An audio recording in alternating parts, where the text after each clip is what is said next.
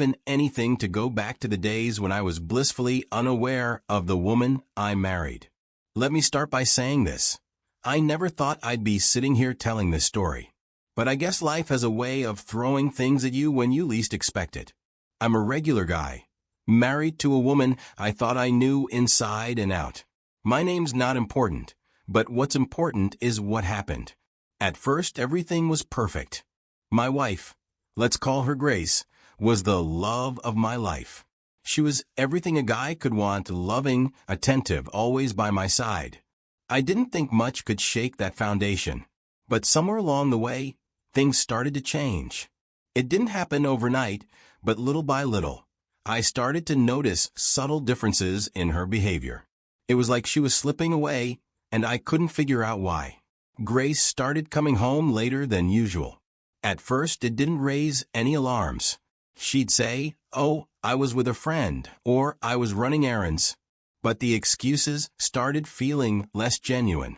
She'd claim she was having a girls' night out or busy with work, and every time she'd say it, I felt that nagging feeling in my gut. I started noticing she'd avoid eye contact. Her phone was always face down, and sometimes I'd catch her texting in secret. But I didn't say anything, not at first. I brushed it off and told myself I was overthinking it. I mean, why would she cheat? We were happy, right? But then one night it all changed. I was talking to Mark, a friend of mine who I trusted, when he dropped a bombshell. Out of nowhere, he says, "I don't mean to upset you, but I've heard rumors about Grace. People are saying she's been seeing someone else." I froze. The words hit me like a punch to the gut. Of course, I tried to laugh it off. I said, "Nah, you're wrong. That's crazy." But deep down, the more I thought about it, the more I wondered if there was something to it. I didn't want to believe it, but the seed had been planted. The next few days were the hardest. My mind couldn't shut off. Was I just being paranoid? But my mind kept asking the same questions over and over. What if this is true? One evening, as I sat in the living room, I heard my wife speaking in a hushed tone from the next room.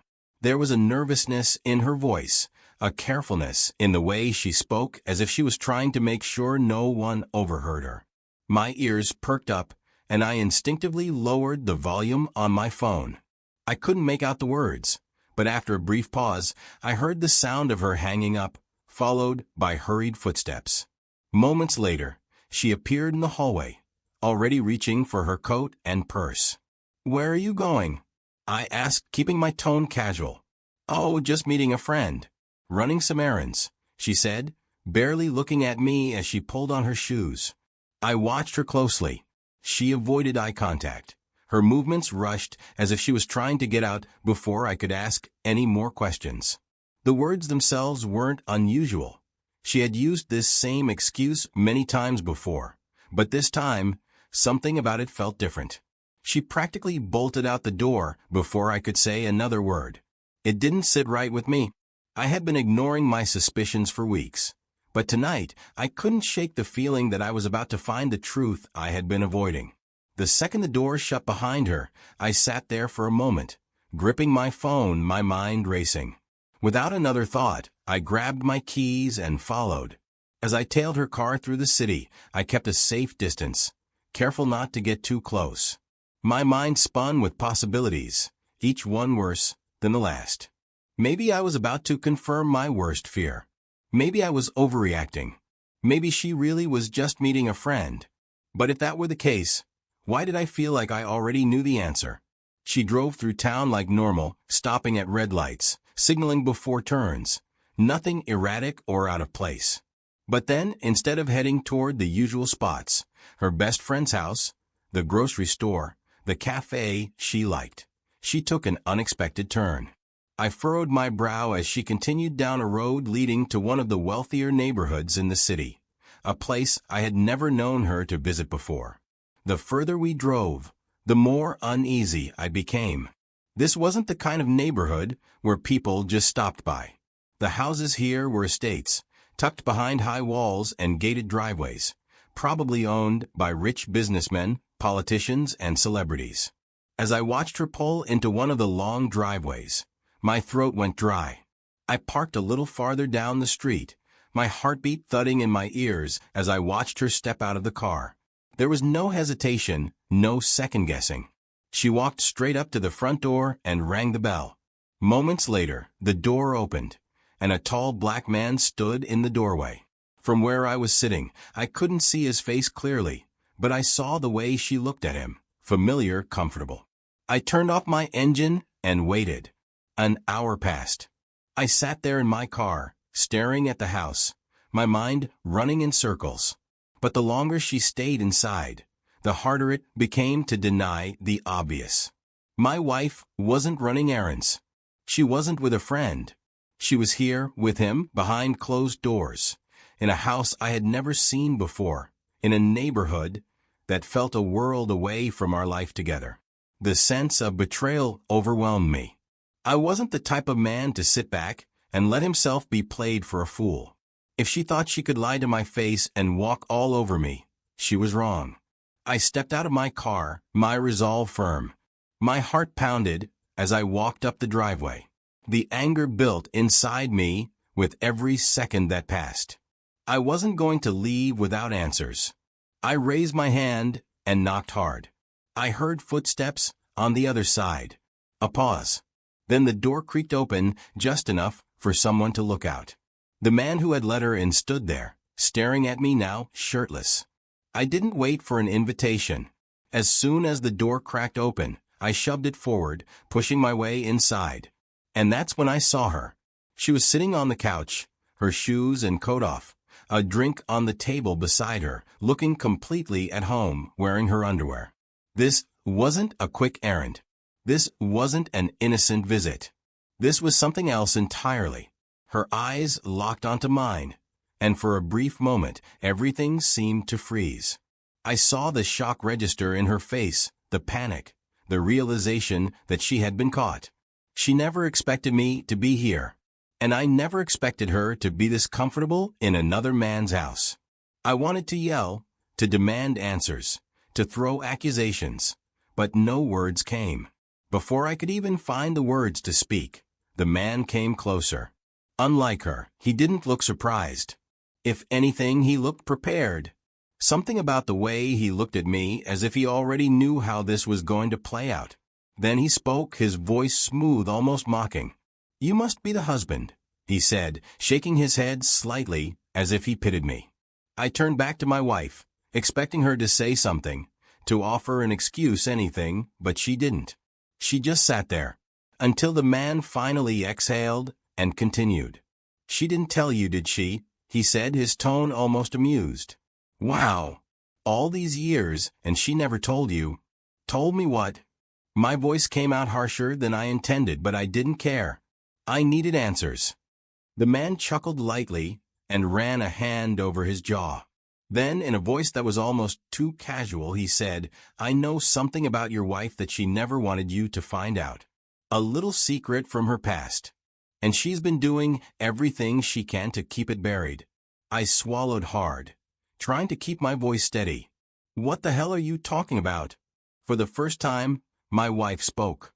"Please," she whispered, her voice barely audible, "don't." But it was too late. The man smirked, leaned forward, and looked me dead in the eye. "Your wife used to be a prostitute." The words hung in the air. I felt like the floor had been ripped out from under me. I searched my wife's face, waiting for her to call him a liar, waiting for her to deny it, to tell me this was some kind of sick joke. But she didn't. Her face crumpled, her hands trembling in her lap, and that was all the confirmation I needed. I took a step back, my mind refusing to accept what I had just heard. This woman, my wife, the woman I had built a life with, the woman I had loved and trusted, had been hiding an entire life from me. And not just any secret, but something that had been following her, haunting her, to the point where she had to pay this man to keep quiet. "She's been satisfying me to keep my mouth shut," the man added, shrugging as if this was all business to him. "And I gotta say, she's been good about it." I couldn't breathe. The worst part wasn't just that she had been a prostitute. The worst part was that she had spent our entire marriage lying about it. And now, I was standing in the ruins of everything I thought was real. The days that followed were a blur. I went through the motions of life, but everything felt distant, like I was watching myself from the outside. I would wake up next to her, but the woman lying beside me wasn't the same person I had known for years. Or maybe she was, and I had just never really known her at all. Every time I looked at her, I saw the truth I could never unlearn. I saw the woman who had lied to me for our entire marriage. I saw a woman who had a past I never knew existed. And worst of all, I saw the woman who had let me believe we were building something real when in reality, she had been living with a secret so big that it had eventually come crashing down on both of us. I wanted to hate her, but at the same time I couldn't. I had spent years trusting her, believing in her, and planning a future with her. And now, all of that felt like a joke. She tried to talk to me, but I wasn't ready to hear it. What could she possibly say? That she was sorry? That she never meant for me to find out? That she loved me? Love didn't mean much when it was built on deception. Every word she spoke sounded static to me, an empty noise in the middle of my storm. I didn't know what was worse, the betrayal itself or the fact that she had been willing to let me live in ignorance, hoping I'd never uncover the truth. A question haunted me in those days. What now? What was I supposed to do with this information? Was I supposed to expose her secret to the world, tell our families, our friends? Was I supposed to leave, burn this entire marriage to the ground, and start over? Or was I supposed to bury what I had learned, act like I never knew, and keep living the life we had built? I turned this over in my mind endlessly, but every answer felt wrong. If I stayed, I would never be able to forget what I knew. How could I wake up next to her every morning and pretend that everything was okay? How could I look at her and not see the woman who had spent years selling her body and made sure I never knew? But if I left, then what? Would I be walking away from a marriage that, despite everything, had been good in so many ways? Would I be ruining my own life over something that had happened long before she met me? I hated myself for even considering staying. A part of me wanted to believe that maybe this didn't change anything. After all, her past was her past, right? But no matter how much I tried to rationalize it, I knew the truth. This wasn't just about her past. It was about the lie, the years of deception, the way she had looked me in the eye day after day, and chosen not to tell me, but sleeping with someone outside to keep things hidden. Sleep became impossible. I would lie awake, staring at the ceiling. I stopped eating properly. I barely functioned at work. I wanted to shut my brain off, to forget, but forgetting wasn't an option. I wasn't the same anymore. I barely spoke to her. She started trying harder, cooking my favorite meals, asking if I wanted to talk, and sitting beside me in silence, like she was waiting for me to come back to her. Something inside me had broken, and no amount of effort on her part could fix it. The days dragged on. I had spent so much energy trying to figure out if I could forgive her, if I could rebuild what we had, that I never stopped to ask if I wanted to. And the truth was, I didn't. I didn't want to spend the rest of my life wondering what else she had hidden from me. I didn't want to force myself to accept a version of love that was built on deception. I didn't want to keep breaking myself just to make the marriage work. I had to let go. The realization was gut-wrenching, but at the same time, it was the clearest thought I had in weeks. And no matter how much I had loved her, I loved myself enough to know that I couldn't do this anymore. When I finally sat her down to have the conversation, I thought I was ready for whatever came next. I had rehearsed what I was going to say in my head 100 times. I want a divorce. That's what I had planned to say. But the moment I uttered those words, she just stared at me as if she hadn't heard me correctly. Then, her eyes filled with panic, and before I knew it, she was reaching for my hands, gripping them so tightly. "No, no, please," she whispered, shaking her head frantically. "We can fix this. I love you. I still love you. Please, don't do this." I watched her crumble in front of me. I had never seen her this desperate, this broken. "I can't do this anymore," I said, my voice hoarse. "But it was a mistake," she sobbed. "I swear it was a moment of weakness. It didn't mean anything. I was scared." I was being blackmailed. I didn't know what else to do. I closed my eyes, exhaling sharply. You didn't know what else to do? You cheated on me. You lied to me.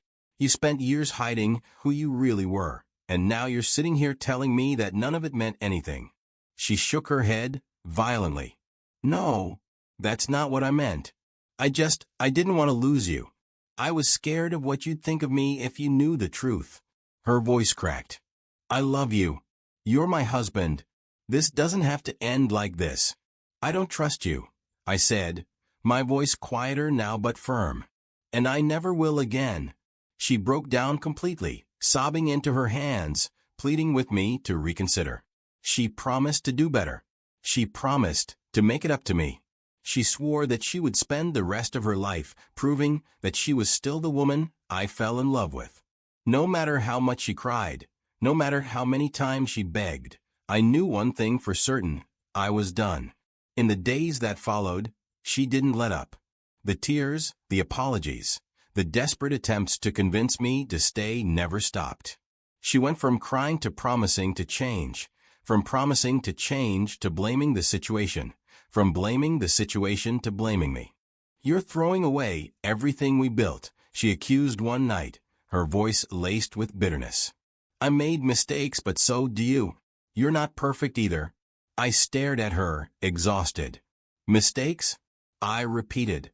She scoffed, wiping her tears aggressively. You're so self-righteous, she snapped. Like you're the only one who's hurting.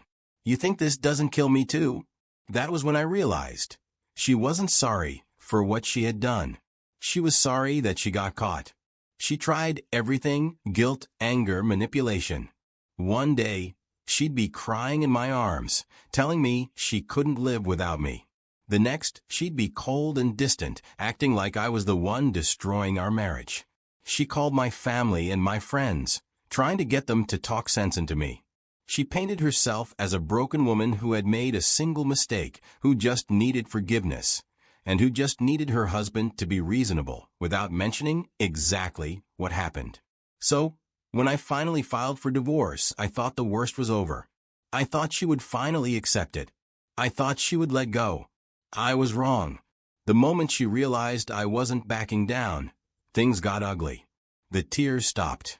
The desperation turned to anger. And suddenly, the woman who had spent weeks begging me to stay became the woman who was determined to make me pay for leaving. She fought the divorce every step of the way. She refused to sign the papers, dragged out the legal process for as long as she could, and made ridiculous demands in court. At first, she tried to argue that I was making a rash decision, that I was overreacting, that we just needed time. But when that didn't work, she switched tactics. She started making accusations, saying that I was cold, emotionally distant, and that I had abandoned her when she needed me most. She twisted the story, painting herself as the victim, telling anyone who would listen that I had thrown away our marriage because I couldn't handle her past. She left out the part where she had been lying to me for years. She left out the part where she had cheated. I sat through meetings with lawyers, listening to her argue that she deserved more time, more money, more of my life that I had already wasted on her. I watched as she tried to manipulate the legal system the same way she had tried to manipulate me. And even though I knew the truth, even though I had all the evidence I needed to prove why I was leaving, the process drained every ounce of energy I had left. But no matter what she did, no matter how much she fought, I refused to let her win. The day the divorce was finalized, I expected to feel relief. The fight had drained me physically, emotionally, mentally. The accusations, the manipulation, the endless back and forth with lawyers had chipped away at whatever was left of the man I used to be. My ex-wife had made sure that leaving her wouldn't be easy, and she had succeeded. But in the end, it didn't matter. She could fight, she could delay, she could try to break me, but I had made my decision. And now I was finally free. I moved out of the house we once shared. I packed up my things and left behind the memories that were too heavy to carry. I burned the old photos, deleting every trace of our life together, There's no gain in holding on to the past. The marriage was over, but my life was just beginning. If there's one thing I've taken away from all of this, it's that you should never walk blindly into a relationship, no matter how much you think you know the person. Love makes us see what we want to see. It makes us ignore the small red flags, the inconsistencies, the things that don't quite add up. I trusted too easily. I believed in the version of my wife that she presented to me, never questioning if there was more beneath the surface. And that blind trust? It cost me years of my life. So, if you're planning to spend the rest of your life with someone, do yourself a favor, study them. Learn their past. Not just the version they tell you, but the one that exists outside of their words. Talk to people who knew them before they met you. Look for the things they don't say, the details they try to avoid. Because if I had done that, maybe I wouldn't have ended up here, telling you my story as a warning. I'm not saying you should assume the worst about people, but I am saying that trust is something that should be earned, not given freely just because you love someone. Love isn't enough to build a marriage. Truth is. Honesty is. And once those things are gone, no amount of love can bring them back. What do you think? If you were in my shoes, would you have stayed? Would you have forgiven her? Or would you have walked away like I did? Let me know, because maybe there's something to learn from this beyond just my own pain. Maybe someone out there needs to hear this before they make the same mistake I did.